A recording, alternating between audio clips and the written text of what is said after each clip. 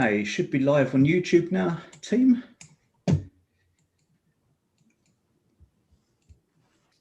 And all being well, you can see my screen. Yep, we can see.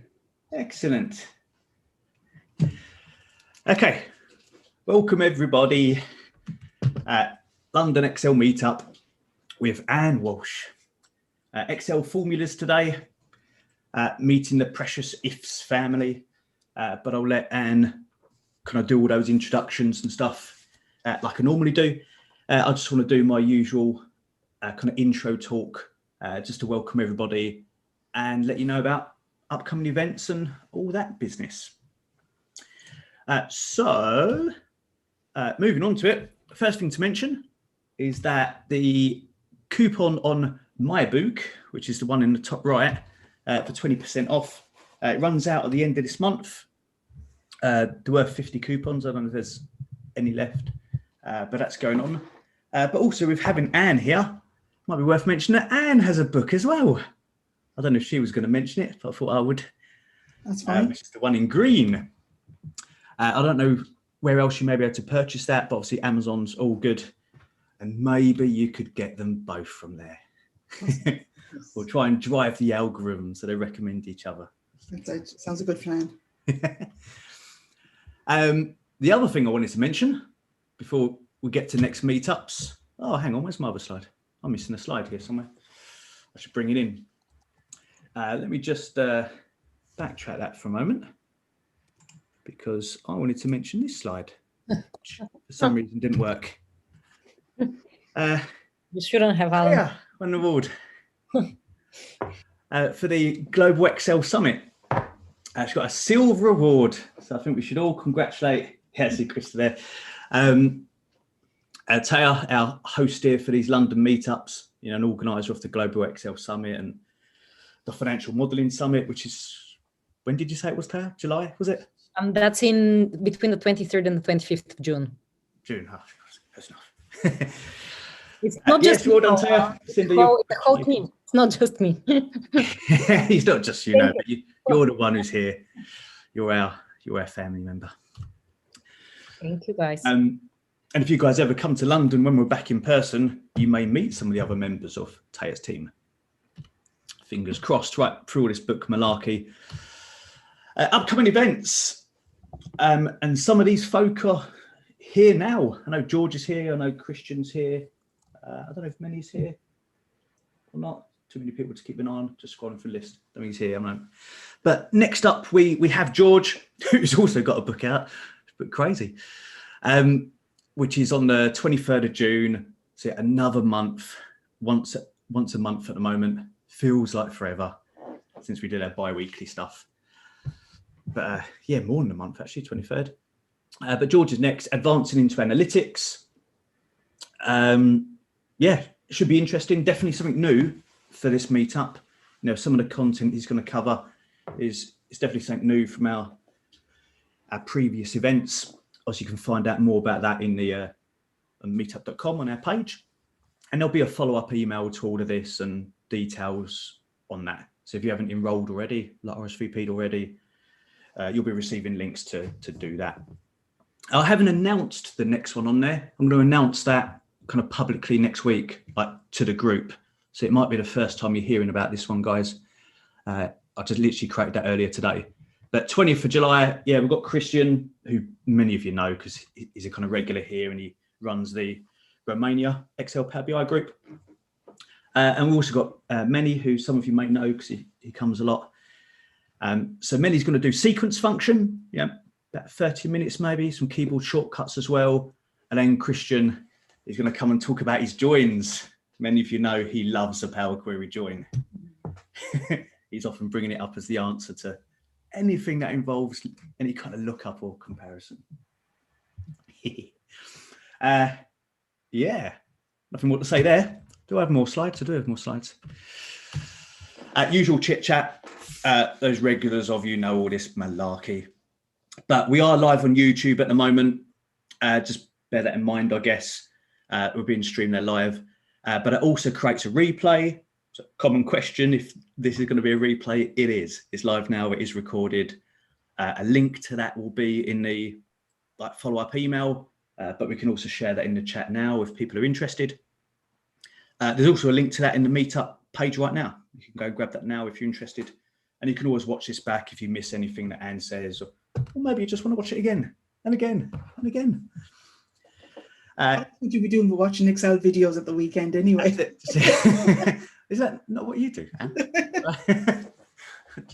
And yeah, talking about this follow-up email that I've mentioned a few times, if you haven't RSVP'd, because you don't have to RSVP to, click the link and get in here, but you have to RSVP to actually receive the kind of post-event emails. So the email will keep referencing, you're not going to get that if you're not actually confirmed as attending this. It only goes to attendees. So if you haven't done that, feel free to do that. And then you get these kind of notifications about upcoming events, you get a replay link, possibly some files that Anne may use, all this kind of stuff. And that should be me done. So if I kind of stop my share and if you're ready to steal the show, really. I was going to sing a few songs, but I might just start with a PowerPoint presentation. You don't have to, feel free. Right, so I'm just going to, first of all, I suppose I just want to talk a little bit about what I have in mind for this evening. So let me just roll it out here for a second.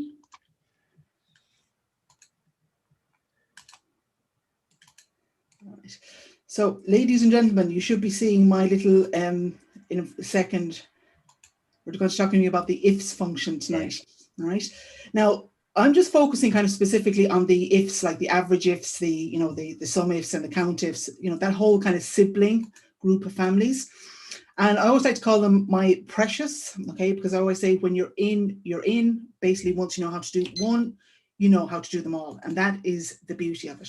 So I just want to throw in that photo there of Gollum, just to add a little bit of, since it's precious, right? Just want to talk a little bit about who I am, first of all right? My name is Anne Walsh. I live in the west of Ireland, as I like to say, next stop, Newfoundland. I have a website, The Excel Expert. I've been a freelance Excel trainer since the mid-90s, and as I like to say, that is the 1990s, not the 1890s, right? Just before dinosaurs roamed the earth and so on. I have written a couple of books, which Alan very kindly mentioned there. Your Excel Survival Kit. First edition and the second edition has been out in the last couple of months, and a box of them arrived at my house today, which was most delightful. Right, there it is. Okay, available to all good bookshops, and as I was saying, your Christmas is now sorted. All right, if you have any kind of nephews, nieces, children, etc., an Excel book is what they really need to set them up in life, as all of us here know that. I've also written some books for Book Boon, Great Reports in Excel, Get and Transform Data, yes, Power Query, Inner Joins, Outer Joins, so on and so forth. Not as in-depth, I'm sure, as the gentleman you mentioned earlier. Create Great Reports in Word, and how to track your training records in Excel, okay? Which, I'm hoping is going to be optioned by Hollywood, okay, all right. A little bit about me. I love movies, puns, and crime fiction, all right. There was one incident where I was having a bad day, and I said to my husband, I said, I'm feeling really miserable. What can you do? And he said to me, well, there's a serial killer on the telly. Is that any good to you? So that kind of tells you where I'm at. Married for 27 years, and I've one son who's a software engineer, and you can really blame his mother for that one, because there's not much technical interest on my husband's side, to be fair. So anyway, let us move on with the show. Okay. So what we're going to talk about here are these kind of broad definitions. So they allow you to find the value of certain things, but only when certain conditions are met. Okay, e.g., only count values that are blue and over 50. Find me the highest number in the list, but only where the age range is 18 to 65. And add up the value of deliveries. So, all right, so just that's kind of a couple of very different scenarios you could use your SUMIFS for. Okay, now they're the main ones. All right, so there's what I call the old school ones. COUNTIF counts values but only allows one condition, and SUMIF adds values but only allows one condition. I call those like the one trick pony, and I will not be covering those tonight. All right. I just think, if you need to, if you need to kind of teach this, as I do as a lot of training, I think you're better off going with the SUMIFS or COUNTIFS, unless your group, of course, has Excel 2003, which has happened on occasion. Right. The more modern one allows 127 or 132 pairings. And I've heard different things about this. Either way, that's a lot of different combinations. So I'm going to look at COUNTIFS, SUMIFS, MAXIFS, MINIFS, and AVERAGEIFS, right? Like I said, once you get a handle on one of them, you kind of like you're down with the kids, as it were. Certain assumptions and conditions. Okay. So first of all, the data for the formula is laid out in a table format with headings and rows, right? It doesn't have to be, but that's generally how it assumes that kind of table-y format, right? And your formula is set up that your criteria ranges and value ranges, all right? So what you're adding up and what you're looking to match on the ifs bit, all right? And all at the same height, okay? And I love the way how if they don't have the same height, it returns a 0. So it's like, huh? No idea what's happening here, okay? If you're using a table, you can reference the table name and the column name by then calling up the table name and then use your square bracket to call up the column name. So I'm going to be using kind of a mixture of different approaches, you know, when I'm actually kind of just going through this. Okay. All right, so let us have a little structure of it. All right, so the first bit you have there, all right, is what I call like the sum range, average range, max range, min range. Basically, the first part is what do I need to get the value for, all right? Usually numbers, usually numerical. It's the column with the values you want to add up or get the highest one. Then you have criteria range 1 and criteria 1. Your range 1 is going to be your column of data, usually in the same grouping or table as your sum range. I've chosen sum there, but it could be average or max or min. And the criteria 1 then is what you are looking for, all right? So just that bit there, okay? You then carry on with further pairings, like criteria range 2, criteria 2, and they have to be kind of, as I like to say, matchy-matchy, okay? So we're going to look at some great pairings now, all right? So this is where I like to kind of bring in way of criteria range 1 and criteria 1, okay? So Romeo and Juliet, fish and chips. Anybody recognize that? Recognize those two ladies? Do you want to pop it in the chat? That one there, yeah, lovely. Okay, Sherlock Holmes, a Watson. All right, Scooby-Doo and Shaggy. I had great fun asking people for some ideas on this, and of course, Sam and Frodo. Right. So, and the reason I do this is just to get the idea across that essentially when you're doing your criteria range 1 and your criteria 1, they have to have something in common, all right? There have to be some kind of matchy-matchy bit, if you like, on it. If they don't, it will not, you know, it won't work. A little bit about the criteria syntax in your SUMIFS and all the other ifs functions, that happy siblings family. Greater than, use your quotation marks, greater than or equal to, and then your cell reference. Right? And this is something that really kind of caught me on the hop when I was learning about this first was, well, why can't you, you know, just kind of just say greater than or equal to the cell? And it just wasn't, you know, could not figure that out for a while, but went to Dr. Google, as we have all done, and figured it out eventually. And this is after or on, if you use with dates. If you want to use less than or equal to, let's say ampersand, and then the cell reference, let's say not equal to blue, not equal to whatever you have in J12. I like to call it the anything but, anything that starts with A or B, like your wildcard. And I've picked something random there, like your oranges. Okay. And we're just going to go through a number of different kind of iterations of this as we go through it. Right. So just beware that you have to use either greater than or equal to something in a date, for example, in the cell, or you have to use it in the formula. You can't just put in kind of greater than or equal to and then the cell reference without the other quotation marks and ampersands. Or as I like to say, you can, but it doesn't work. All right. Like most things, you can do them all. The fact that it doesn't work is neither here nor there. So at this point, I just want to stop and see if there's any questions. I can see the chat is coming up. Just want to see if there's any questions or comments. No questions. Okay, that's fine. Just some pairings, that's all. Just some pairings. Okay, let's have a look at some of them. What have we got in the pairings? What have we got in the pairings? Let's hear some of them. So we've got Mario and Luigi. Okay, yes. Tweedledum and Tweedledee. Okay, yeah, lovely. We did get a couple of people come in with Thelma and Louise. Okay, yes, good, brilliant. Stuff, and that's all at the moment, unless anyone's okay. Fantastic. All right. It's always great fun getting people to guess those ones. All right. Okay, lovely. Okay, so we're going to just talk a little bit about the steps for doing it. All right. Okay. I always say this first, click where you want the answer to go, because it never ceases to amaze me. People will have gone to a lot of work to get their formula right, and it's like, about 20 cells off where they're supposed to be. Click where you want the answer to go. All right. Next one is formulas, math and trig, SUMIFS.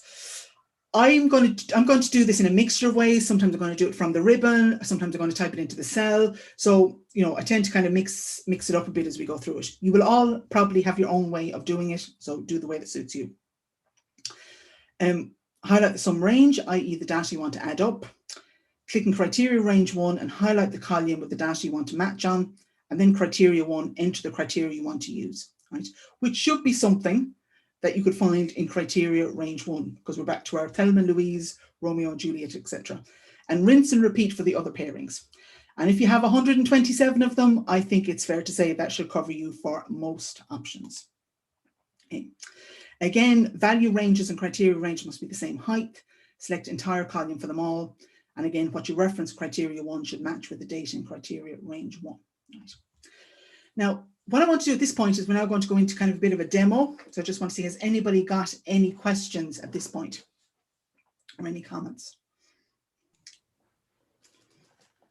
There's nothing in the chat. I don't know if anybody wants to, there's a question. I think we're good. Okay, all right, that's fine. All right, so let me just go to my...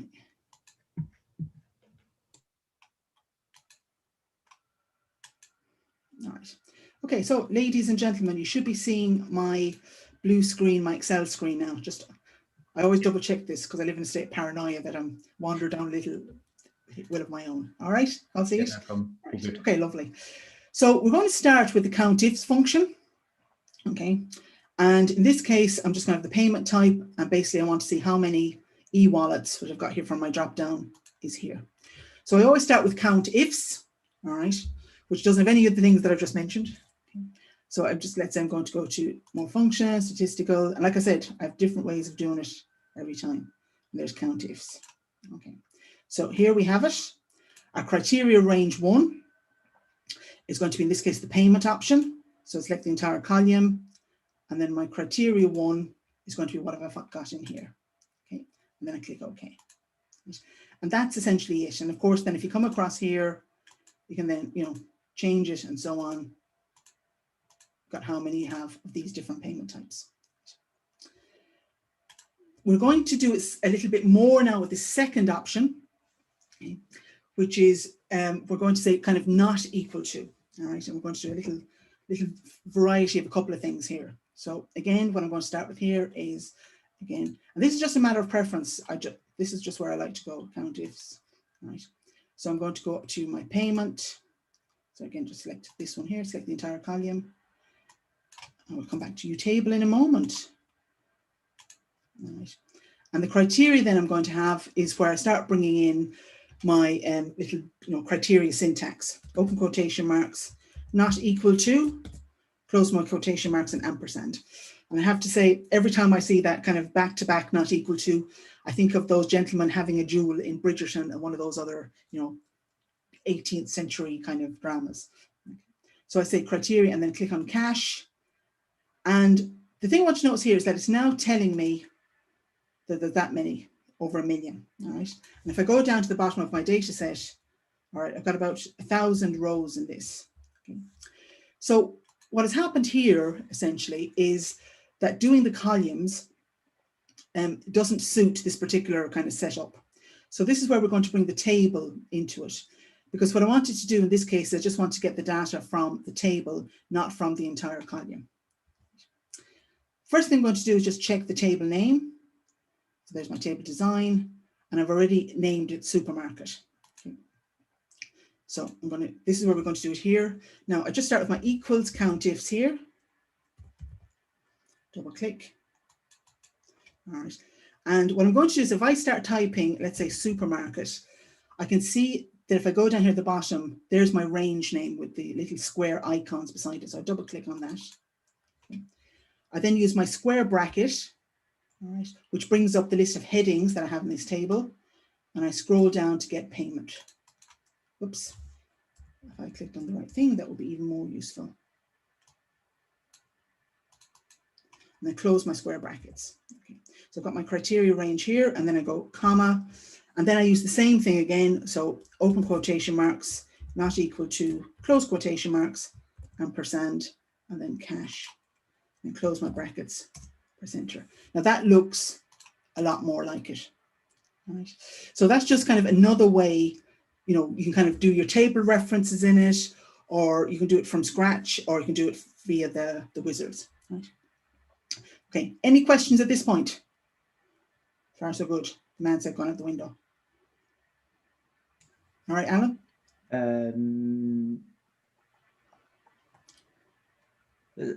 So there's a question about how you got your cursor. I didn't notice that. You got a different cursor? My cursor doing what?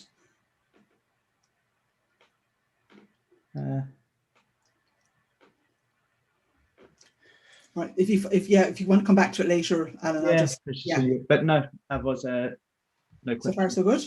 All right, lovely. All right, we're going to go on to SUMIFS next. Okay. And again, I'm sticking with my supermarket, you know, old reliables. And this one here, I've got one where I want to find the value of the total, which is over here. And I want to find it between these two dates, but only where the unit price is greater than 50. I've just got my parameter set up here. So I'm going to start again with my, you know, formulas. And it's kind of force a habit, you know, I kind of go into my, let's say, math and trig, SUMIFS. All right. So I'm going to start with my total, which is going to be my sum range. Okay, I select the entire column. Then I'm going to go down to my criteria range. And the first one is going to reference the dates. Okay, so I highlight my date column. And then I go down to my criteria one.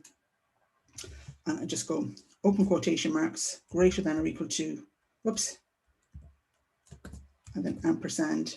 And what I do then is just choose this one up here. All right. Now, when you're doing, if you need to find like a range of dates, you know, you actually kind of have to give it a begin date and an end date. You know, if it's, you know, within a range, or if it's after a certain date, after that date, or before that date. Right. Okay, and then I do the same thing again for this one. Copy and paste it down within that date.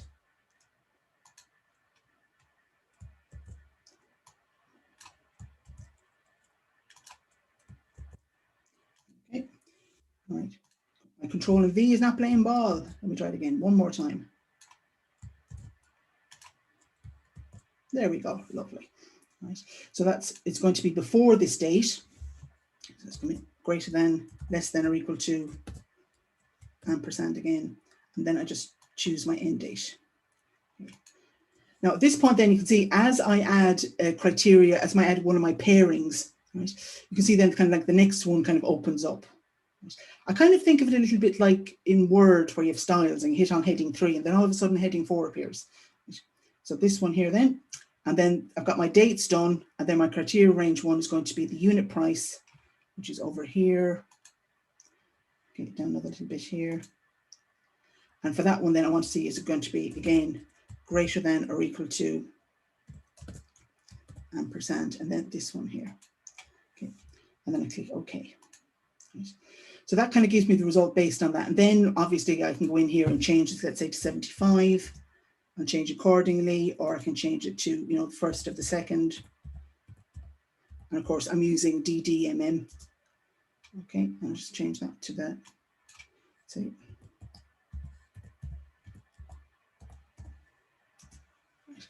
it returns it there. Okay, so that kind of essentially is your SUMIFS, right? So you have your sum range, and then you kind of add on your pairings there afterwards. Now I'm just going to go to AVERAGEIFS. Okay, so again, any questions, Alan? All right, so far? No. No. Okay, lovely. All right. Okay, so I'm just going on to AVERAGEIFS now. All right. So in this data set, the list of names, okay, courtesy of one of the best websites on the internet, Fake Name Generator. Always great fun generating fake names. I always like to say to people, if you ever plan to go into the witness protection program, that's the place you go to collect your name. Right. Again, random data. ran between to generate the random data, and same thing with the weeks weighting. Again, completely random. So this one over here, I've got average weeks weighting. Okay.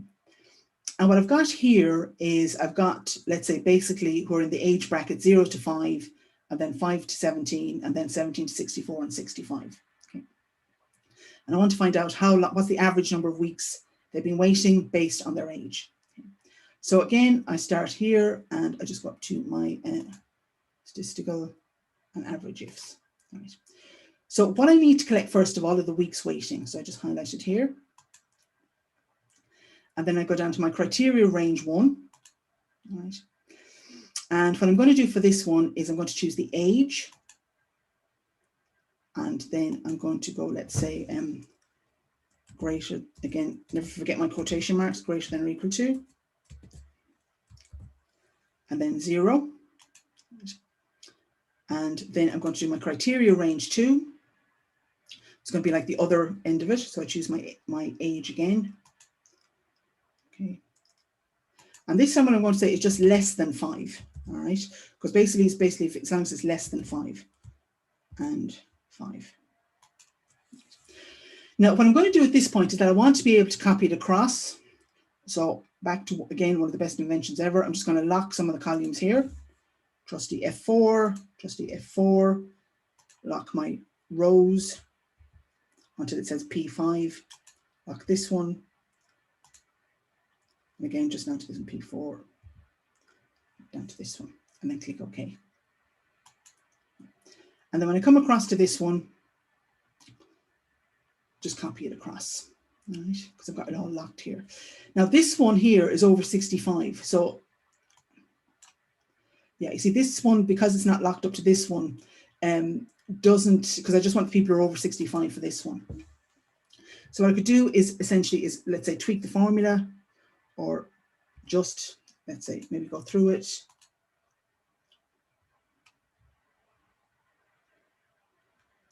Just remember my alphabet, that's AVERAGEIFS. Okay.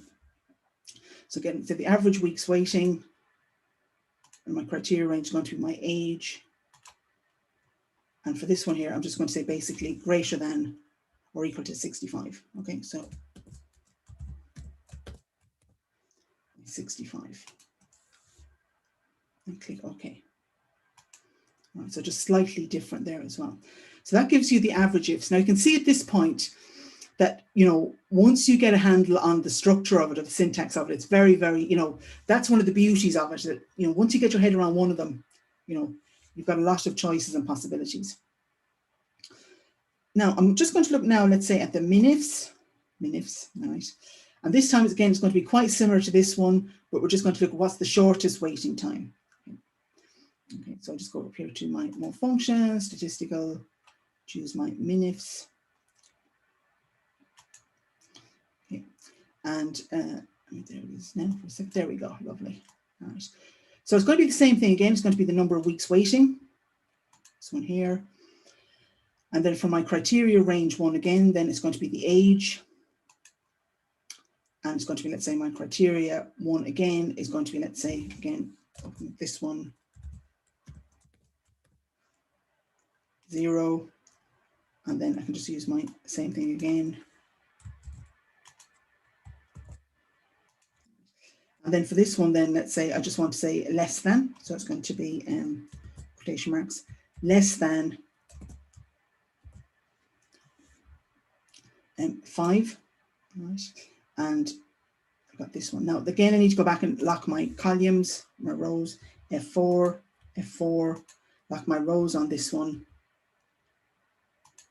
F4 again, and then do my lock rows. Okay, and then I click OK. So the shortest weeks they've been waiting is this length of time. So again, they've all been waiting less than a week, which is quite short, to say the least. And then let's say for the 65, we're going to do something similar with it. Okay, and this time what we can do maybe is, no, I'll just do that. Okay, so again, it's going to be the number of weeks waiting. To your range is going to be age. And my criteria then 65.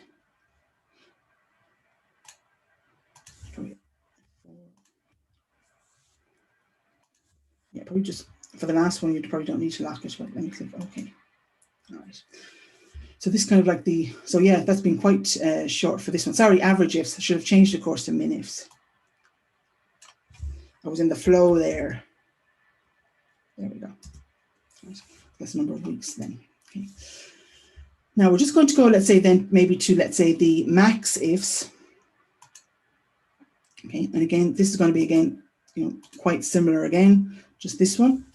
All right, so I'm just going to choose my, again, this is going to find out what's the longest wait time, right? So again, all right, and let's say I'm going to choose the weeks waiting. My criteria range 1 here. It's going to be my age. And then it's going to be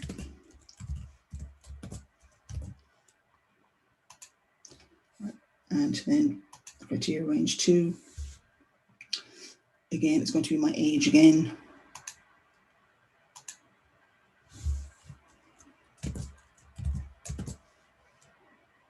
Greater than ampersand, say 5. And again, I'm just going to do my lock thing then again. So the average range here, it's going to be my F4. Or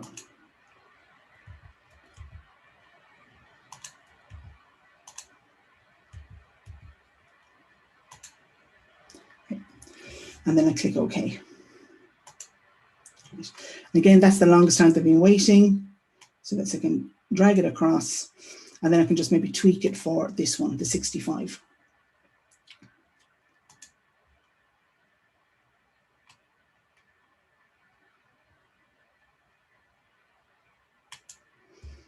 Okay, so again, just my weeks waiting. Age. And let's say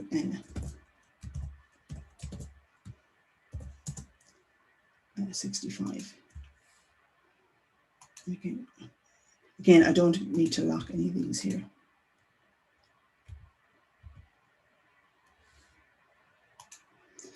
And this person waiting there is kind of like, you know, at 99 weeks. So that's essentially, you know, I've actually finished kind of much further ahead, quicker, got through it quicker than I thought I would. So just want to see, has anybody got any questions at this point? It'd be short and sweet, like a donkey's gallop.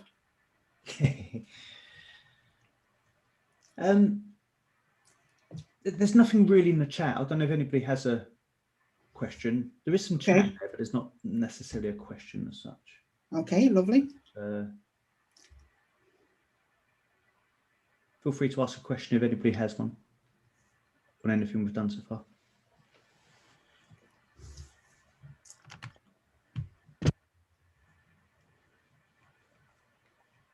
Nah, we're all a bit quiet. Are you thinking of covering arrays and how it can appear, be used in dynamic array formulae? No, the main kind of thing I had for this evening was to focus on this bit here and the number of different ways to kind of cover it. Yep. Okay, that's fair. You know, just on the SUMIFS and the COUNTIFS. Yeah, that was my focus for this evening. So that's it. They can take their own come into their own with dynamic arrays when your criteria are also arrays. Yes, so you use unique ones with it. Yeah, quite. It's you're not speaking to many end users that way. You've restricted your audience if you did that. But yeah. That's, okay. I mean, like my main thing is kind of like I work with kind of like users who are not kind of complete Excel heads. So that's always tends to be my focus. But that's a great. If you want something way out, that they also work over 2-dimensional arrays as well, so that you can put X's in a few spots and it'll pick the numbers out of another 2D range of numbers. That sounds like that sounds like fun. But I do think kind of like that is a great idea. Actually, combined. I hadn't thought of that because it's not something that I would, I come across it once in a blue moon with kind of end users. So my main focus was just on kind of, But there was some, gosh, that really works. you know, that come up as a surprise, really. Yes. I'm sure it wasn't intended for this. No, it was just, yeah, but that's the beauty of it though, isn't it? Like that you end up kind of trying other things as well with it, or kind of people combine different user things. Right? Yeah. Anything Anyway, else? I've taken you away from your No, plan. you're fine, you're fine. No, you're fine, you're fine. Mhm. Anybody else want to add anything? Nothing in the, just trying to read it, but Okay. no, there's comments in there, but there's not a question, I don't think. Okay. Right. That was, I suppose that was the main, this was kind of like, that was what I wanted to just cover this evening. Just basically the idea of, you know, that you can kind of take your, I take your point, Peter, about kind of like the dynamic arrays, which I could see myself kind of adding to it. But the main point, I suppose, was just a number of different ways of doing it. You can go up to 127 different varieties on it. And yeah, I think I kind of got through it faster than I thought I would, to be honest. So yeah, but you know, we can all, that's okay for people to do. So any Q&A people have at this point, I'd want to add to it. Or if anybody's got any comments or suggestions, I'd love to hear them. Yeah. Open to the floor, team. If anyone's got a question. Oh, I'll just, do you want me to stop the share? I've got one more trick that is, it's just an unexpected feature when you want to test for non-blanks. And not equal ampersands double quotes for blank, but you don't need the ampersand double quote because it's just not equals. Nice one. Your little back to back signs. It Yeah, looks strange the first time you see it. Oh, that sounds good. But, Cool. My little back to back two dueling. Yeah. That they can stand up on their own without any sort of obvious criteria. Yay.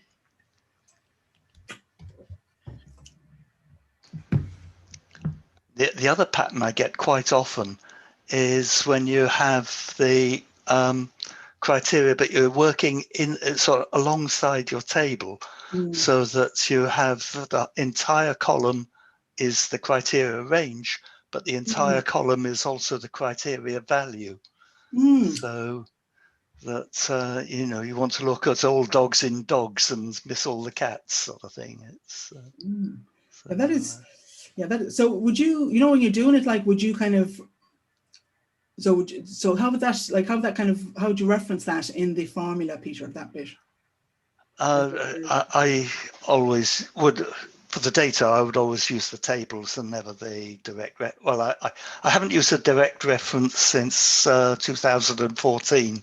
Oh, right. So it's I would use the table, and it's just the entire table equals the entire table.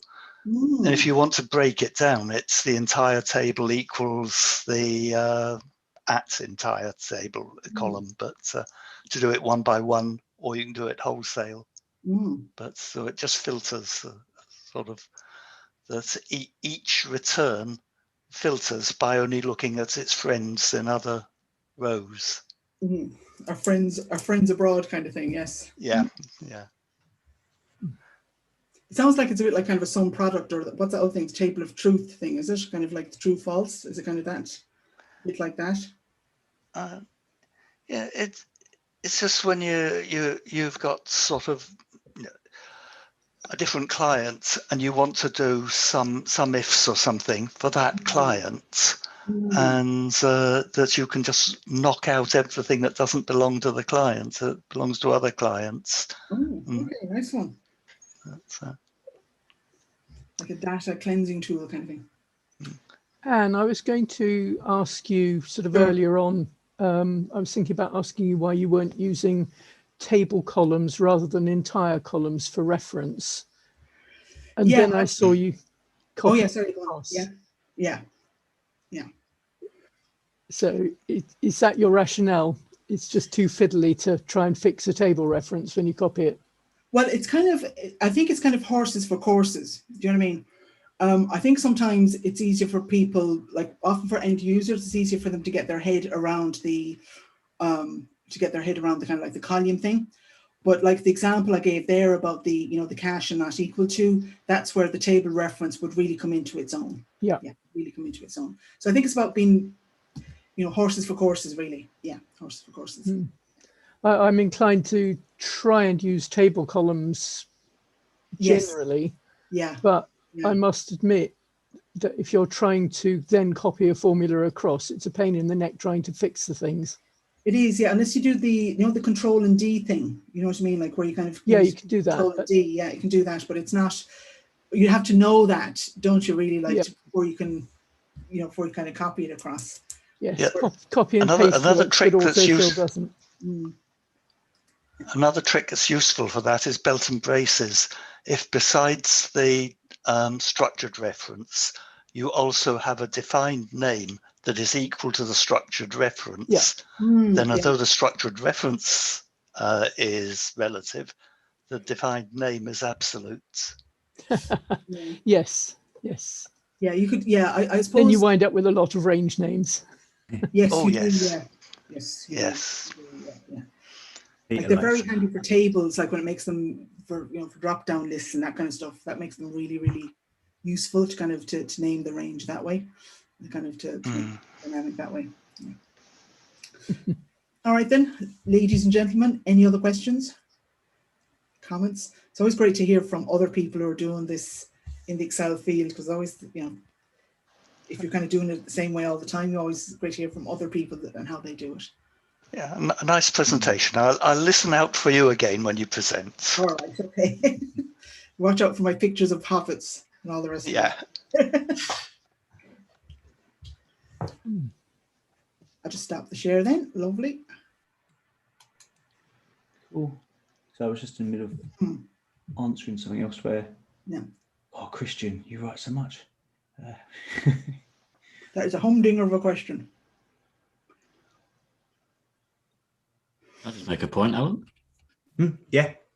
Yeah, we're a Microsoft Office examination center as well. And the ifs or the countifs or one of the various options always comes up in the exam questions. And it's almost always one that people get wrong because they don't know what goes inside the quotes and what doesn't when they're doing the criteria formula. So if anyone is thinking of doing the MOS exams, just revise up on that one because it's one everybody gets wrong. Hey.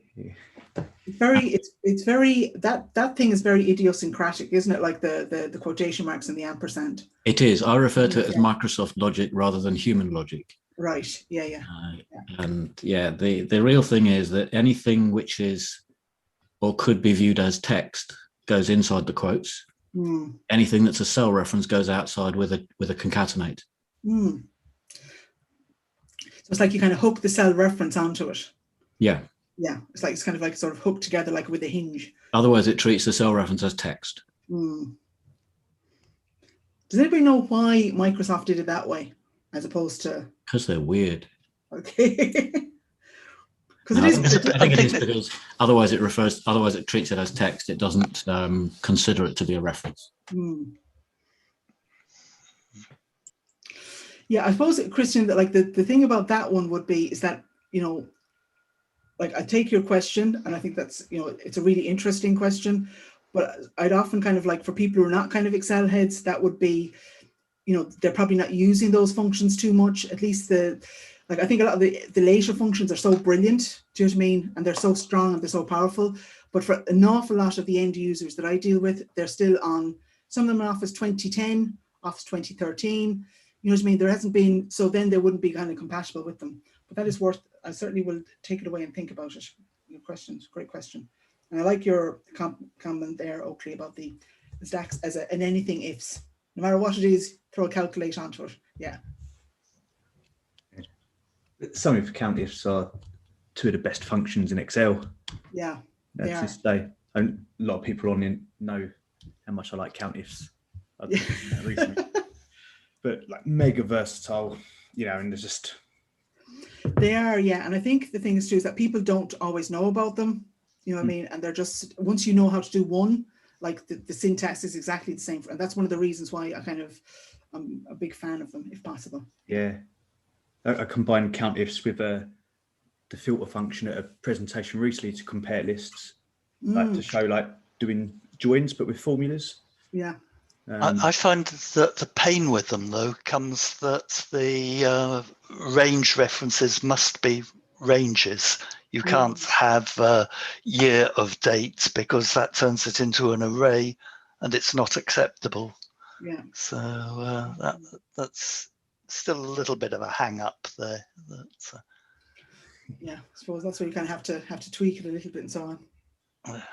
Does anyone remember what we used to do before SUMIFS and COUNTIFS? Oh, some products. It was Yes. some products, but Some. were there any other tricks that people used? Yeah, be some. You Pivot tables.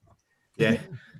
I know I wrote my very first actual array formula was doing MAXIF before it existed, because they didn't have a MAXIF function. They just brought it in when they brought in MAXIFs. And so I actually had to write an if max array formula. Oh, that's right, Jay. You combine an if with a max and kind of. That was my first array formula. Yeah, But but I call don't it think they had averages until CSE, yeah. 7. I think they had average if. I think it was sum, count, and average, but no max and min. I think there was, I just remember sum if and count if. I don't remember if there was an average if. I think average if is kind of a new one. 7. That might have come in 2010. Yeah. There was Very late. I was saying to someone the other day, starting the call in, that SUMIFS came out in 2007 to essentially replace SUMIF, but it's never happened. Well, I mean, it needs 14 years later. because of course the arguments are in a different order. So if they're learning it for the first time, they might as well not learn the singular version. No, Because that's, otherwise they'll just get confused swapping from one to the other. I would never teach the singular version now. Right, always the SUMIFS and the COUNTIFS, because it opens up that whole the whole family to them then, as it were. Yeah. It would be useful if we didn't have to worry about backwards compatibility, and then you could just if it automatically changed every SUMIF to a SUMIFS, but unfortunately that's not how it works. Or you didn't get like name, huh? Yeah. Yeah, huh? Yeah. You actually be wanting something that writes all your VBA into TypeScript. Come on. They lied, dreams don't come true.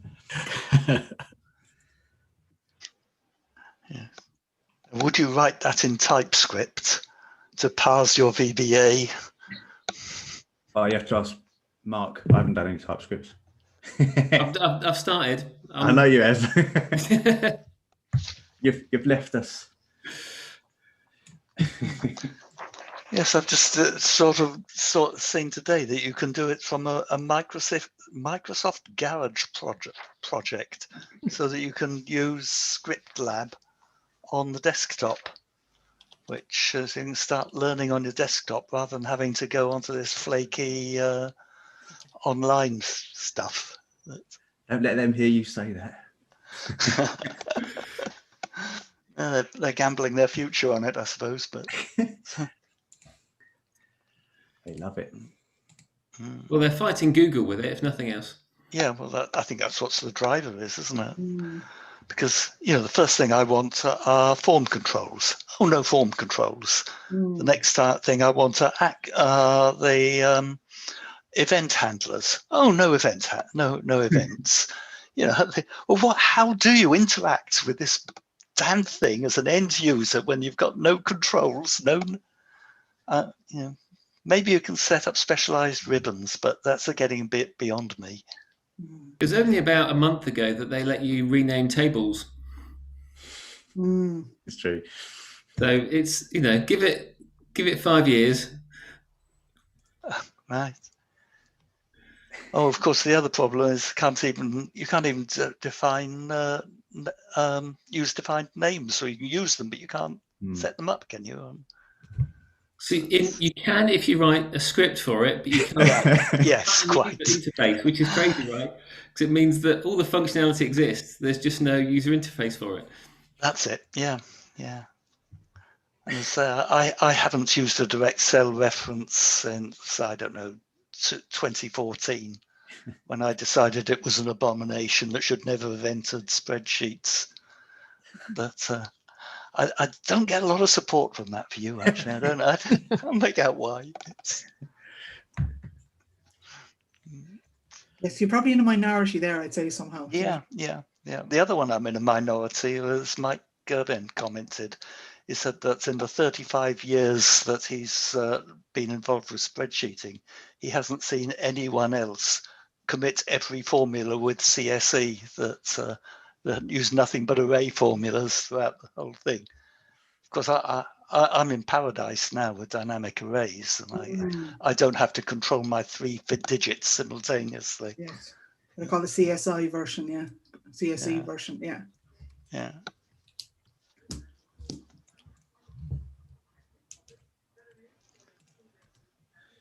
Actually, done a lot of gossiping and taken away from the original presentation. I don't know if there's anything more. Gossip fun.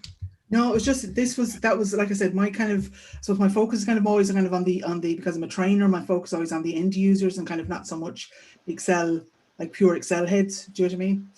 Yeah.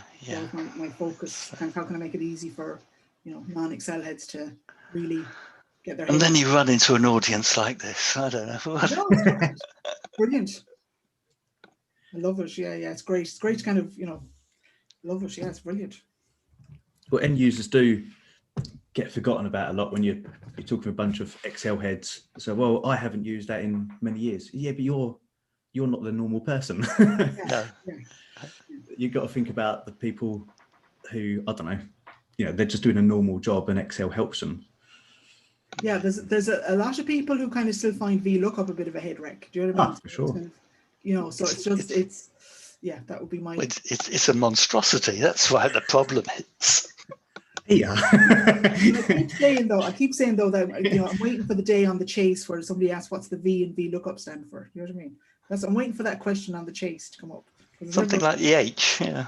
Or H either. Yes. What does the H or the V stand for? And you know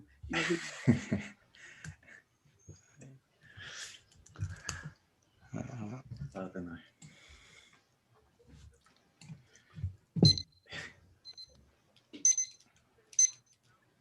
Timer.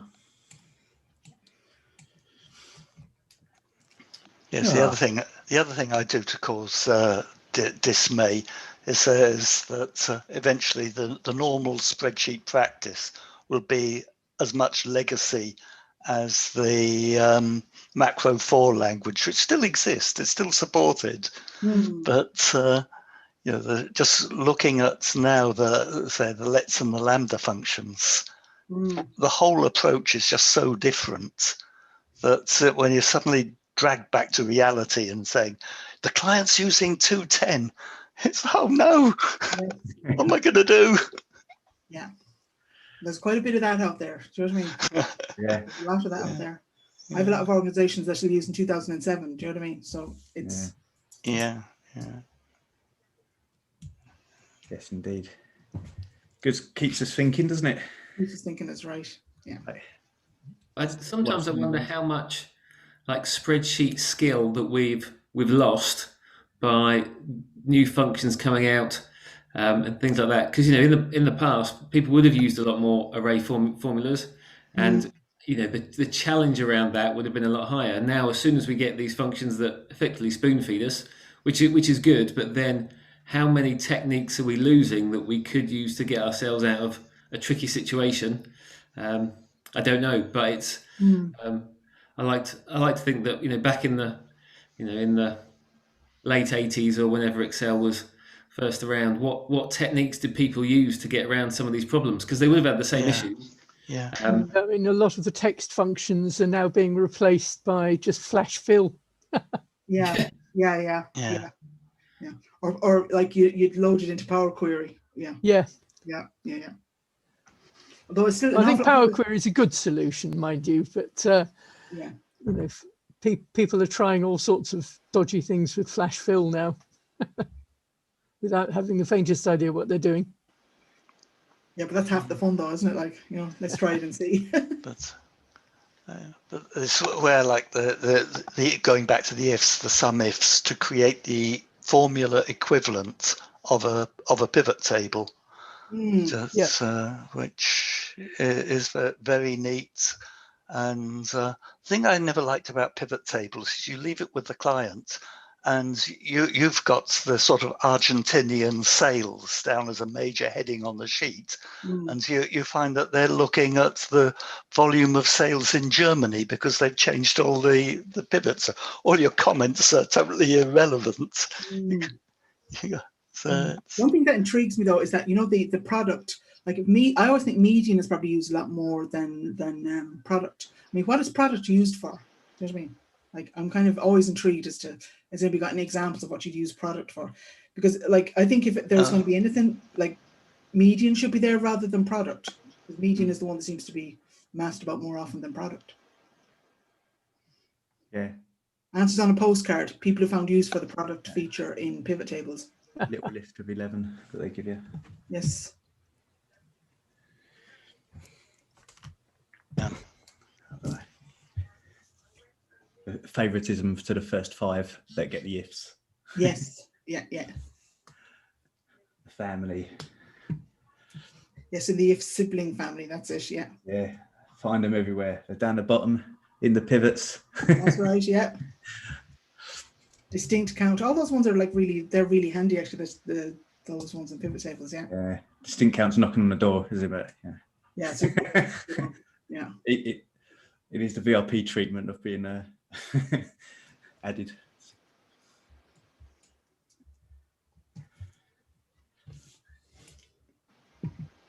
Okay. Anything else you want to add, or anything else you want to?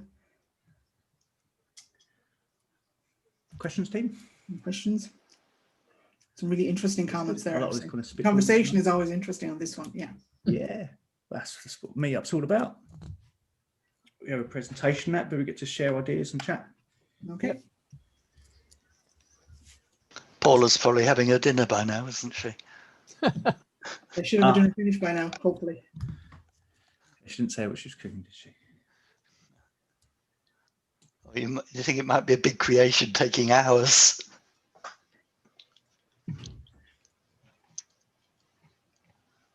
Yeah, it's just fun.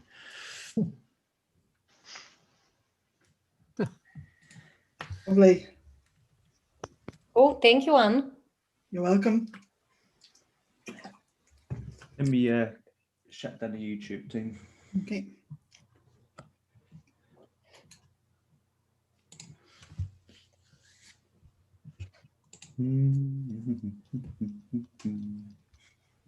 Done.